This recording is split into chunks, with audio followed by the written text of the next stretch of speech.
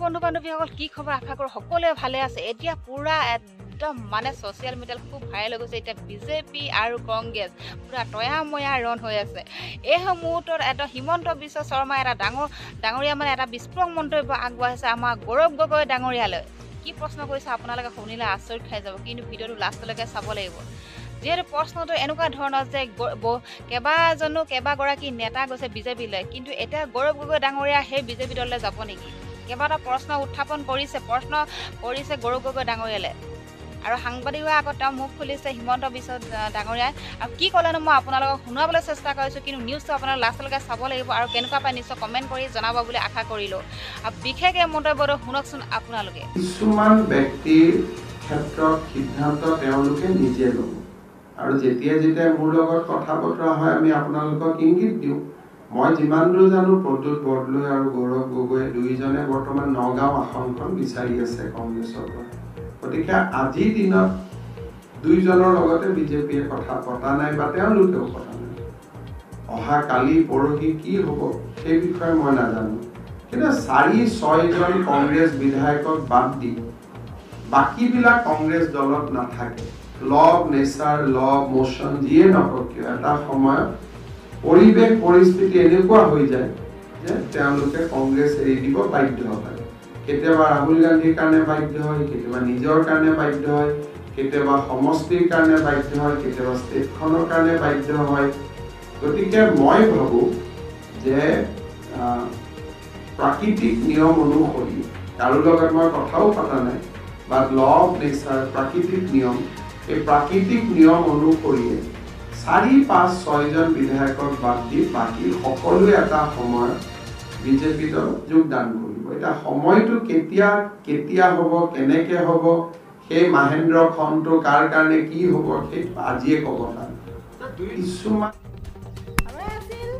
মুখ্যমন্ত্ৰী হিমন্ত বিশ্ব শৰ্মাৰ মন্তব্য বিজেপিত যোগদানক লৈ আৰু গৌৰৱ গগৈ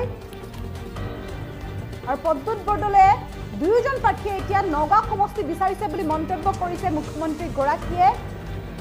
কাইলৈ কি হ'ব সেয়া হয়তো মই নাজানো বুলিও কৈছে।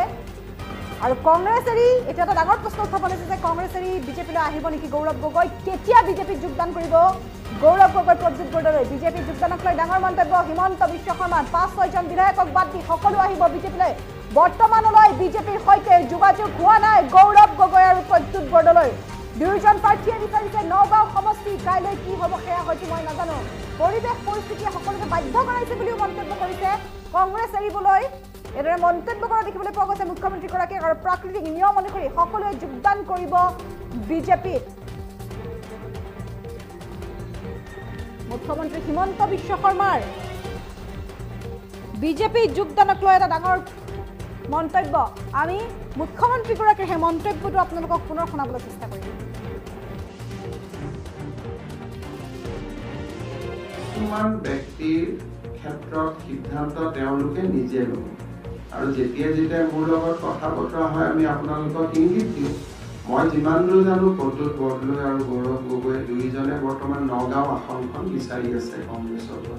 গতিকে আজিৰ দিনত দুইজনৰ লগতে বিজেপিয়ে কথা পতা নাই বা তেওঁলোকেও পতা নাই। অহা কালি পৰহি কি হ'ব সেই বিষয়ে মই নাজানো, কিন্তু 4-6জন কংগ্ৰেছ বিধায়কক বাদ দি বাকীবিলাক কংগ্ৰেছ দলত নাথাকে।